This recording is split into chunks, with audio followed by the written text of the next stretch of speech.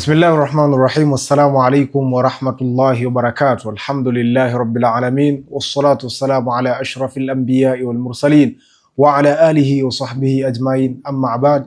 Karibu mtazamaji wa Raptor TV Mtindo Maisha.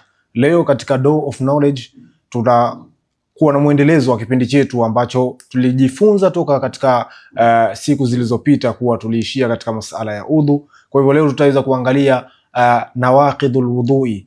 Kwa tafsiri nyingine wanaita vitenguzi vya udhu, yale mambo yanayoharibu udhu. Tutakuwa naye al-ustadh ambaye atampa nafasi aweze kujitambulisha, lakini pia ataweza kutupitisha katika sehemu hiyo ama mlango huo wa vitenguzi vya udhu. Baki nasi, usitoke.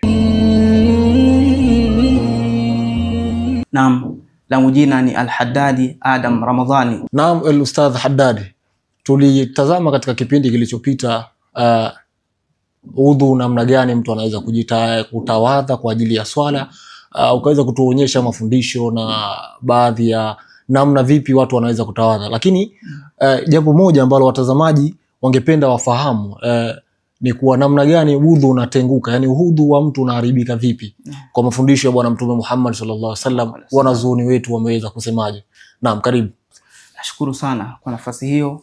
Moja kwa moja tuangazie mambo ambayo yanaharibu udhu. Jambo la kwanza tukaambiwa ni lile jambo ambalo ni kitu ambacho kinatoka katika moja ya njia mbili. Kwa hiyo aidha ni haja kubwa au ndogo au upepo. Kwa hiyo jambo la kwanza kabisa ni kutoka kitu katika moja ya njia mbili, bi maana heshima ya mbele, tupu ya mbele au tupu ya nyuma. Kwa hiyo inaweza ikatenguka kwa namna hiyo. Na jambo la pili wakasema ni kutoka akili. Bi maana ni ile hali ya mtu kutojielewa, kutokuwa na akili timamu. Na jambo la tatu tukaambiwa ni kukutana, bi maana kugusana ngozi mbili, ngozi ya mwanamke na ngozi ya mwanamke. Hawa wote wawili hali ya kuwa wao si ndugu. Hilo ni jambo la tatu. Na jambo la nne ambalo ndio jambo la mwisho kabisa tunaambiwa ni kushika ama kugusa heshima ya mbele, bi maana sehemu ya siri ya mbele au sehemu ya siri ya nyuma. Kwa hiyo haya ndo mambo ambayo yanaharibu na kubatilisha udhu. Jumla yapo mambo manne. Naam, Ustadh Haddad, tumepata kuona watazamaji na kumsikia Ustadh Haddad akituelezea nawaqidul wudhui, na hizo ndivyo vitenguzi vya udhu. Lakini namna gani mtu atakapokosa maji? Tumeweza kutazama udhu, mtu akiwa na udhu vipi anatawadha, lakini vipi udhu wa mtu unatenguka. Sasa je, ikatokea udhu maji, mtu akawa amekosa maji, vipi ataweza kujiandaa, kujitoharisha kwa ajili ya kuweza kuswali? Yani maji yamekosekana, ana nafasi gani tena ya kuweza kujitoharisha ili aweze kutumia, aweze kwenda kufanya ibada ya swala? Neno ambalo linajulikana kama atayammum. Pengine wewe msikilizaji unajiuliza kutayammum ndio kitu gani? Wakatufafanulia, wanasema kwamba kutayammum ni kutumia mchanga, bi maana ni ibada inayotumika mchanga katika kupaka sehemu kuu mbili.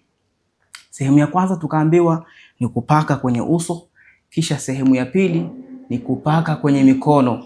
Kwa hiyo haya ndio mambo ambayo yanatakiwa kuzingatiwa katika swala hili la kutayammum. Lakini zipo sababu, tutakuja kuona ni sababu gani ambazo zinapelekea mtu kutayammum. Si wakati wowote kutayammum, bali kuna wakati maalumu ama kuna sababu maalumu zinazopelekea kutayammum. Naam, shukran sana Ustadh Haddad. Watazamaji, kama tulivyopata kumsikia Ustadh Haddad akituelezea namna gani mtu anapokosa maji vipi anaweza kujitoharisha kwa alternative way, ni kutumia mchanga. Lakini je, sababu zinazopelekea mtu kutumia mchanga ni nini? Tumeshapata mojawapo ni kuwa baada ya kukosa maji. Lakini pengine kunaweza kukawa na sababu nyingine Ustadh Haddad ya kuweza mtu kutumia mchanga. Kama ipo, labda uweze kutupa faida tuweze kupata kuelewa inshallah. Karibu. Nashukuru sana. Miongoni mwa sababu ambazo zinatajwa na wanazuoni wetu tunaambiwa ni sababu tatu. Sababu ya kwanza tukaambiwa faqdul ma, ni kuyakosa maji. Bi maana wewe ukiyakosa maji kwenye kipimo ambacho kimekadiriwa kama mita 150 mpaka 200. Kwa hiyo ukihakikisha kwamba sehemu hiyo, eneo hilo limekosekana maji, basi unaambiwa option ya pili. Ni maana sababu ya pili tukaambiwa au khaufu istimalihi, au kuogopa kuyatumia maji. Pengine inawezekana umeambiwa na daktari wako, ukiyatumia maji basi yatakuletea madhara. Na jambo la pili ni kuyahofia hayo maji, bi maana ni kuogopa. Pengine hapo, si ndivyo La tatu ambalo ni sababu ya kuweza wewe kutumia huo mchanga, tunaambiwa ni kuyahitajia maji.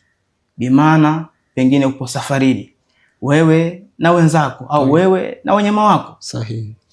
Tunaambiwa sasa, ili utumie mchanga kama sehemu ya kujisafisha na kujitoharisha, hakikisha maji yako yanatosha katika kutumia wewe, bi maana yanaweza kukuhudumia wewe, kunywa na mambo mengine, lakini yale ambayo yatabaki ndiyo ambayo yatakufanya wewe utawadhi. Lakini kama utatawadha, kama utatayamam, kisha maji hayo yakawa hayatoshelezi, basi wewe hauruhusiwi tena.